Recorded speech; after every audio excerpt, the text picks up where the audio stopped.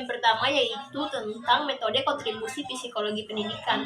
Jadi, metode kontribusi psikologi pendidikan merupakan pendekatan yang digunakan dalam bidang psikologi pendidikan untuk memahami dan meningkatkan proses pembelajaran dan pengajaran.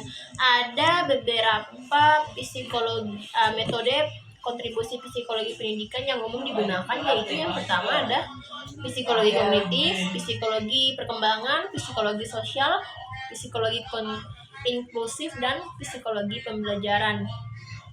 Nah, psikologi kognitif metode ini digunakan masalah dan pemahaman konsep. Metode dengan memahami bagaimana otak manusia memproses informasi, pendidikan dapat merancang strategi pengajaran yang lebih efektif. Yang kedua yaitu psikologi perkembangan. Metode ini mempelajari bagaimana manusia dan dari masa kanak-kanak hingga dewasa dengan memahami perkembangan individu.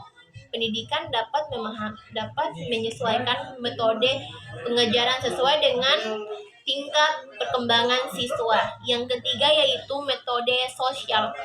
Metode ini mempelajari interaksi sosial dan pengaruh lingkungan terhadap perilaku individu dengan memahami dan menciptakan lingkungan belajar yang mendukung kolaboratif dan interaksi sosial.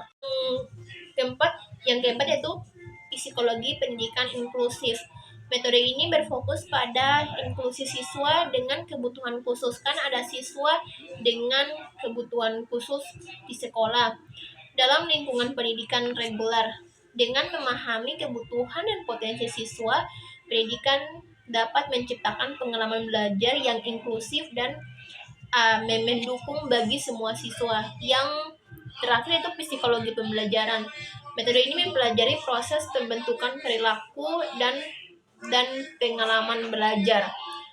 Dengan memahami bagaimana siswa memperoleh pengetahuan dan keterampilan, pendidikan dapat merancang strategi pembelajaran yang sesuai dengan gaya belajar siswa. Sudut pandang psikologi. Beberapa konsep penting dan hubungan antara belajar dan mengajar psikologi pendidikan yaitu proses belajar, motivasi, gaya belajar, dan pembelajaran kolaboratif, dan evaluasi pembelajaran.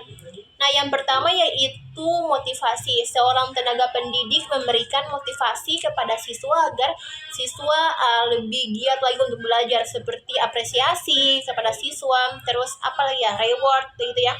Terus yang ada lagi gaya belajar.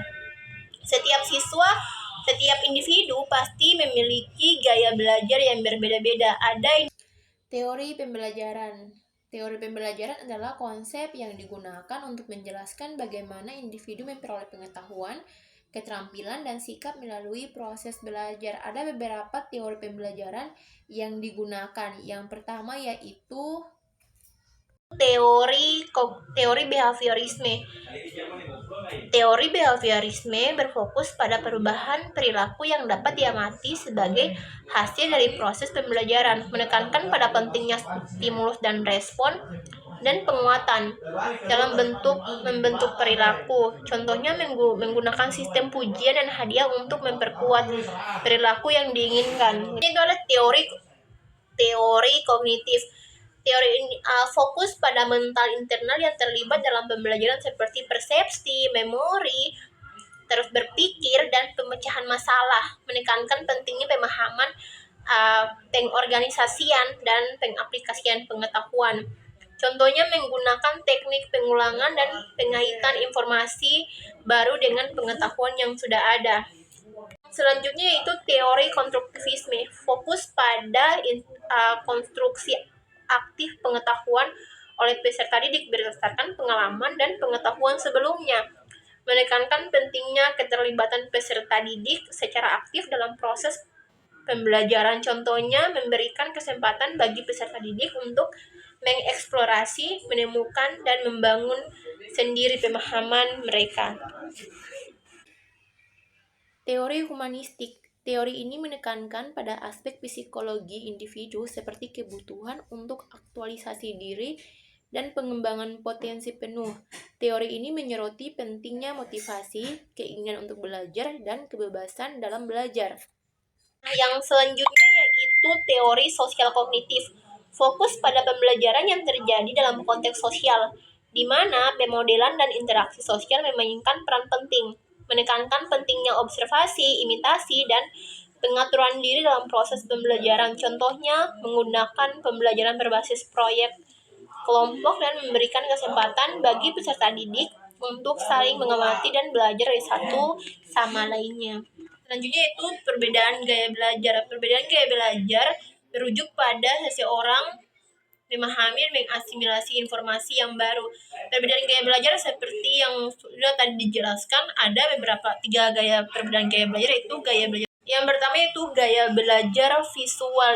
Jadi gaya belajar visual ini yaitu gaya belajar dengan melihat langsung. Contohnya dalam kelas, siswa melihat guru menerangkan sebuah materi secara langsung, itu dia lebih memahami daripada mendengarkan melalui suara audio itu. Nah, yang selanjutnya itu gaya belajar auditori. Jadi, individu dengan gaya belajar auditori ini lebih suka dengan gaya belajar mendengarkan. Seperti mereka mendengarkan audio, atau juga seperti belajar bahasa Inggris, mereka lebih suka belajar dengan menggunakan lagu, kayak seperti mendengarkan lagu, seperti itu. Yang terakhir itu gaya belajar kinestetik. Individu yang menyukai gaya belajar kinestetik ini yaitu mereka belajar sambil melakukan, seperti mereka belajar tentang sains, itu mereka langsung kepada praktiknya, supaya mereka lebih memahaminya. Nah, yang selanjutnya yaitu gangguan perilaku dan kesalahan belajar. Dalam psikologi pendidikan, gangguan perilaku dan kesalahan belajar adalah 2 masalah yang sering dibahas. Gangguan perilaku mengacu pada perilaku yang tidak normal, seperti tidak sesuai dengan norma yang berlaku, seperti bolos, dan sebagainya. Sementara kesalahan belajar merujuk pada kesalahan atau kesulitan dalam memahami atau mengingat informasi. Jadi kayak kesulitan dalam memahami sebuah informasi yang diberikan oleh guru, itu dia kayak sulit untuk memahami.